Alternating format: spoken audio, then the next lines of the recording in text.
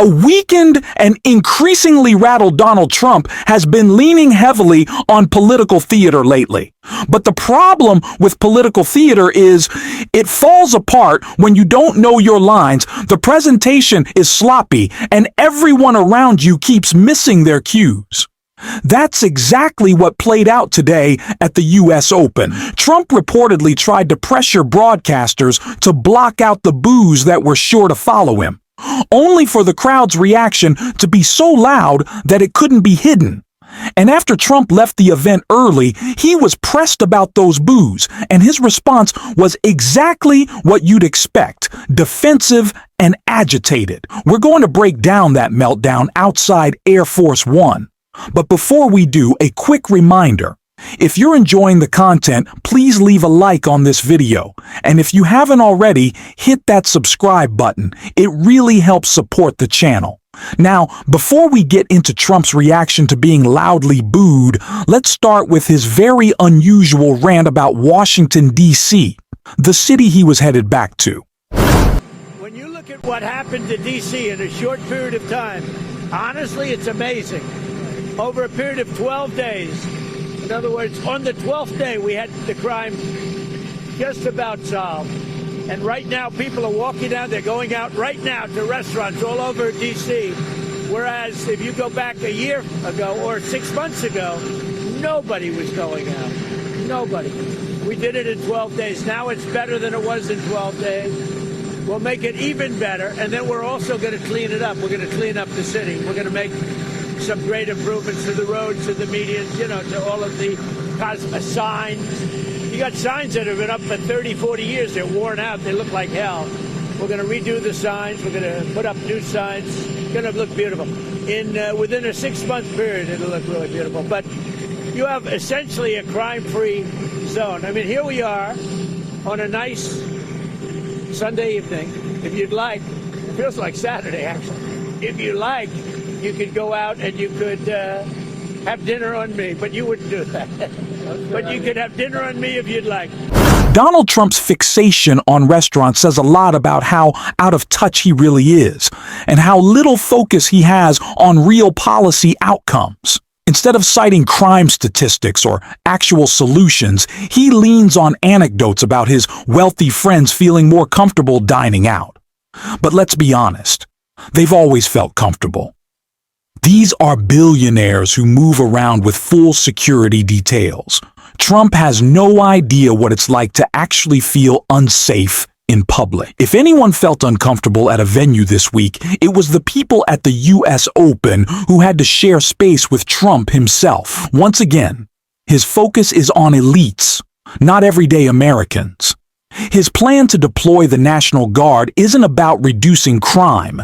It's about intimidation and setting a precedent for more unchecked power. And that weakness showed again when he stumbled through remarks about Japan and South Korea. Let's take a look at that moment right here. Thank you, everybody. Do you have plans to go to Japan and South Korea this fall? What does that mean? Do you have plans to go to South Korea? Maybe. And I mean, we'll see. But it's going to be very interesting what comes out. I think we may have learned something, because when they come here and there's nobody that can do what they're supposed to be doing, and they bring people, those people can also teach our people. It's complicated stuff. And something very interesting could come out of that. Thank you, everybody. Naturally, Trump was asked about how his tariffs are affecting trade. But instead of addressing the question directly, he immediately veered off course. He seemed to confuse which country the question was about, responding as if it were China, even though it wasn't. He then pivoted to talking about Chinese students coming to the U.S., a position that even many in his own base disagree with. It was a strange, off-topic answer that revealed just how unfocused he's become on trade policy. And the confusion didn't stop there. When pressed on tariffs again, specifically how they connect to rising beef prices, Trump once more sidestepped the substance, leaving real economic concerns completely unaddressed. Mr. President, the price of beef continues to rise and other items keep going up. Is there any way to address the cost of beef? Yeah, once it kicks in, once our policies kick in, the price of beef will be going down, just like the price of eggs went down and the price of a lot of other grocery items went down. Beef will go down. It'll all go down. Energy has gone way down. The price of gasoline has gone really, I mean, I think you'll be hitting $2 very soon. And it was $4.50 a little while ago. So energy's gone way down. That brings everything else with it. But beef has gone, as you know, for other reasons. The price of beef has gone up a little bit. It'll be coming down. So here's the problem. The tariffs are already in place, but there's no new policy beyond that.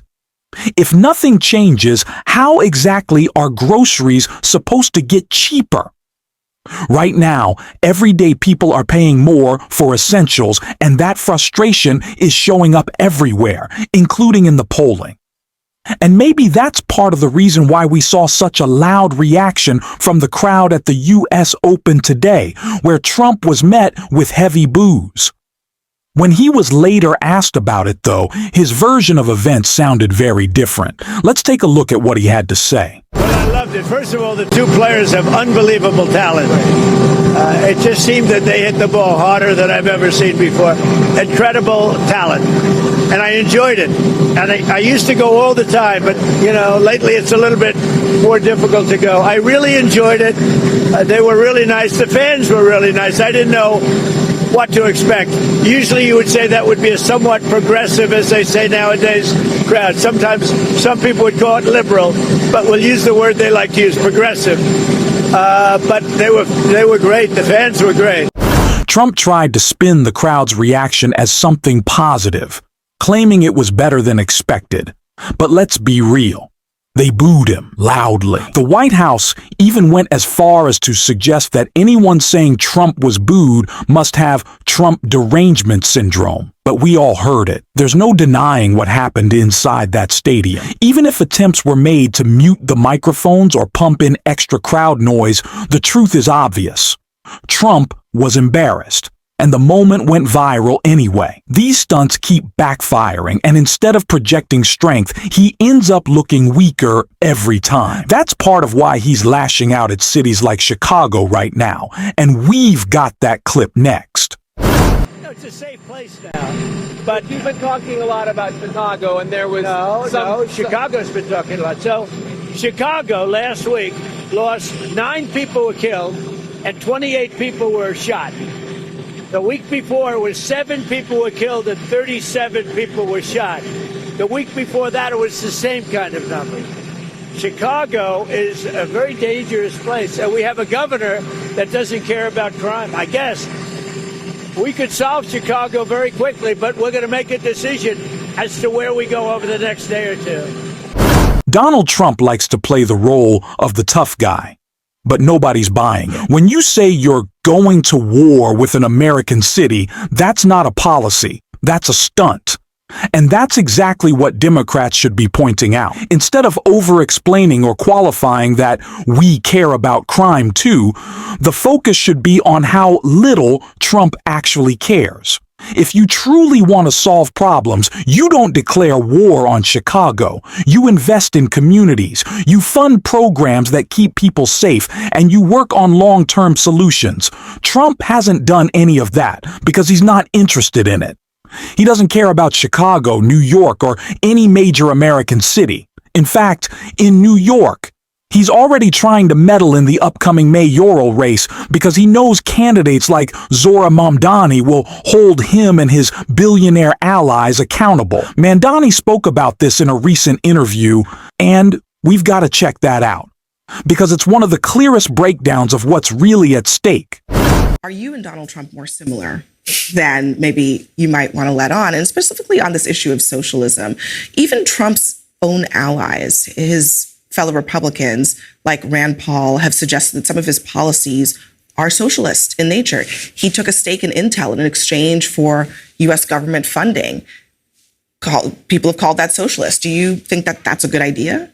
I think that Donald Trump and I have one thing in common, which is that we talk about the need for cheaper groceries. The difference between the two of us is that I'm actually going to deliver on that. And that's what I think is so frustrating, is that he spoke to the needs that New Yorkers had, that Americans had. They truly believed that his promise of a cheaper and a more affordable life was possible, but he's shown no interest in that. You look at his economic policies, they have exacerbated that crisis. But first of all, do you think that there are some things that Trump has done that are more socialist than capitalist?